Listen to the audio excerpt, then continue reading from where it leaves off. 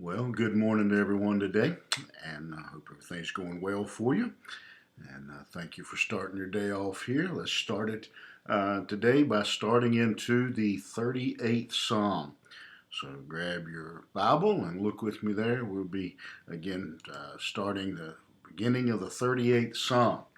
And for the last few days, we've been looking at the 37th Psalm and talking about David's guidance on how to react, how to respond when the wicked prosper and the righteous suffer.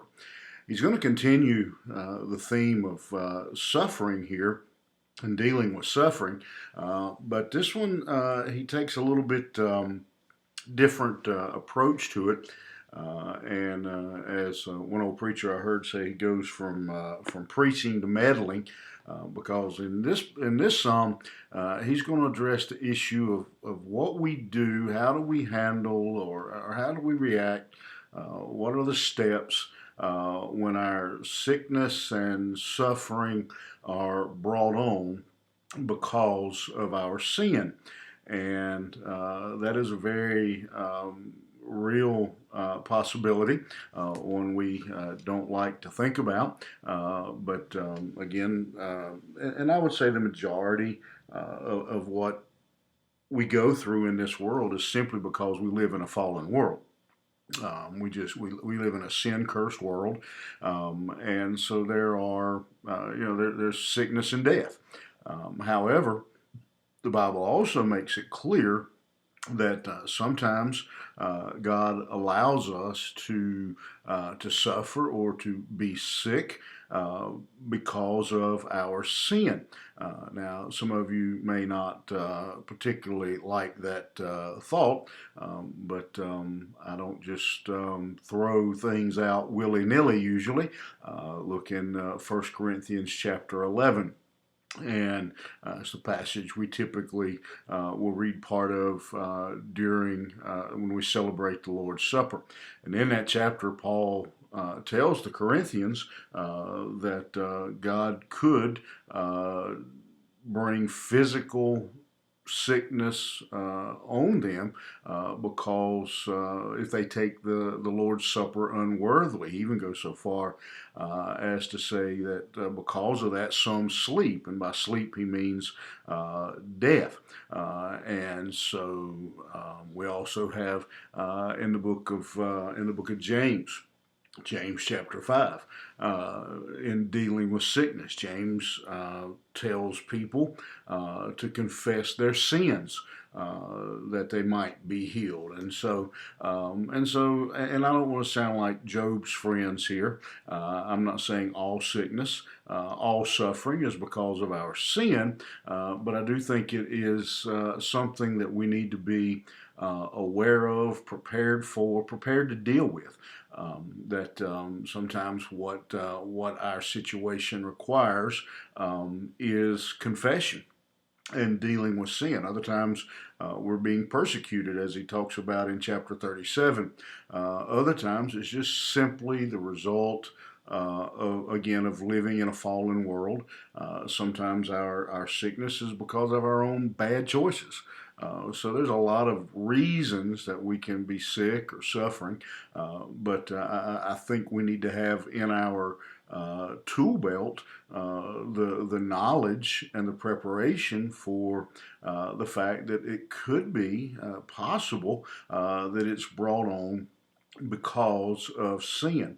And so in this psalm, it's apparent that David is dealing with some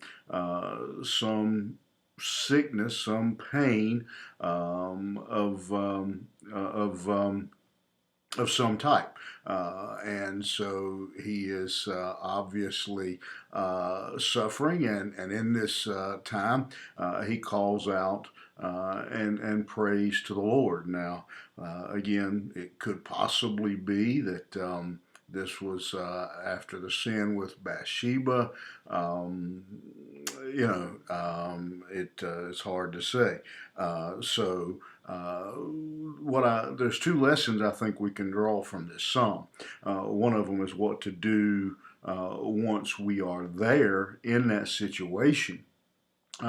Second thing is it should encourage us to live cautiously and carefully along the commandments of the Lord, knowing that the potential for judgment. And so, in this situation, let's get into the psalm.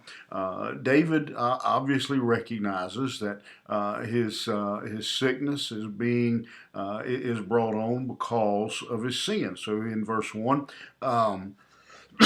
excuse me, he says, "Lord, rebuke me not in thy wrath, neither chasten me in thy hot displeasure." And so he acknowledges up front, he recognizes that he's suffering because of his decisions, his sin. And again, I think if you read this psalm, you'll see David is not moaning and groaning. He's crying out for help. He's confessing his sin, and so he comes to God. He confesses his sin. He begins to beg for mercy. And what we see here is how the discipline of God. David says, "Rebuke me not and chasten me in thy displeasure, for thine arrows stick fast in me, and thy hand presseth me sore."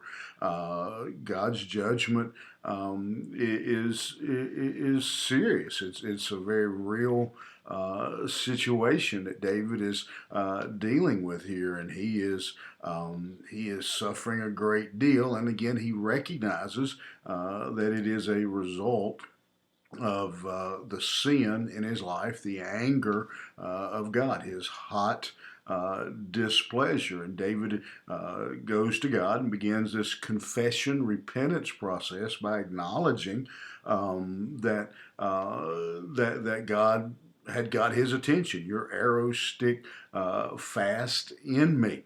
And so David is acknowledging that God has his attention. One of the curious things I think we see in this psalm is that David's major issue is not the actual sickness, but that he is receiving discipline from God. It hurts him to realize that his sin is causing his situation. There's no soundness in my flesh because of thine anger, neither is there any rest in my bones because of my sin. And so David he says, my flesh, any rest in my bones. And he acknowledges here in this verse 3, because of my sin. And so David is again acknowledging his part, his sin, as being the reason that his health is in such pitiful shape. For mine iniquities are gone over my head as a heavy burden; they are too heavy for me. And so David, again, this is all confession. This is not complaining. David is beginning the process of confessing his sin. He acknowledging that his sin is more than he can bear. The guilt that he is dealing with is more than he can handle. My wounds stink and are corrupt because of my foolishness. I am troubled. I am bowed down greatly. I go mourning all the day long. For my loins are filled with a loathsome disease. There is no soundness in my flesh. I am feeble and sore broken. I have roared by reason of the disquietness of my heart. And so what David is saying and confessing to here is something that all of us have probably walked through. David is saying now, I thought I was having a good time. David said, I thought I was really living it up, and I didn't, I didn't really see any problem with what I was doing. But now, he says, I realize, he says, through these sores, I'm troubled and bowed down. I'm broken.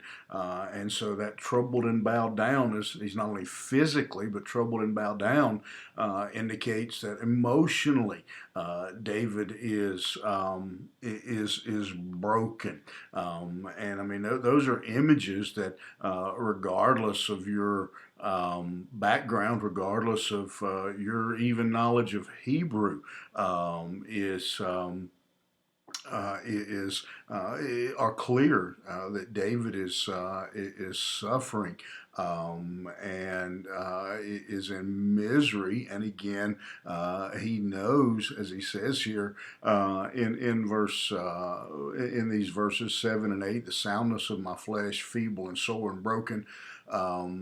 He's saying his whole body is being affected by sin, and so this opening salvo from David here just keeps us in mind of the awful penalty of sin. It may seem like again we're having a great time at the moment, but David reminds us here that there is a penalty, there is a price to pay. Um, excuse me, for our sin. Again, as we wrap up this section, just again, I want to stress to you that unlike what Job's friends say, all sickness is not caused by sin. It's not. Some sickness is, again, there's a lot of sickness. We know that there are people in the Bible, Paul, for example, who had a thorn in his flesh. All sickness is not because of sin. Some of it, again, is just simply because we made bad choices. We didn't take care of our health. It's just some of it's just the natural, normal process of aging. And so, there's other causes for sin, but this psalm, I think, begins as we go through it to remind us that we also need to consider the option that perhaps God is trying to get our attention with that sickness. It is possible that our sickness is a result of the discipline of God. And then the third thing I would take from this, again, I mentioned it earlier, is that we are aware of the consequences of sin. That it causes us to rethink our decisions and our choices that could lead us into the discipline of God. And so, as we wrap up this passage today, I hope that this is a very serious psalm. This is a very real and serious psalm dealing with a very serious topic: the judgment, the discipline for sin. And again, I don't want you running around looking at everybody that's sick saying, well, they must be being punished for sin, or I don't want you to think every time you have a sickness you're being punished. But I do, again, want you to have what I said, a tool in your tool belt to be aware that is a possibility, that the problems I'm dealing with could be because I need to confess some sin, that I need to deal with some issues in my life. And so this morning, I want you to file that back in your mind, in your tool belt, and hang on to it. But maybe today you're even in that situation now, and you need to do some soul searching and see if there's things in my life that I need to deal with. It may be the cause of my condition. And so I hope you'll think about that. I hope that gives you pause, and again, gives you guarding, that you will be cautious and careful, knowing that sin has an awful price in the life of a believer. God will judge and discipline his children.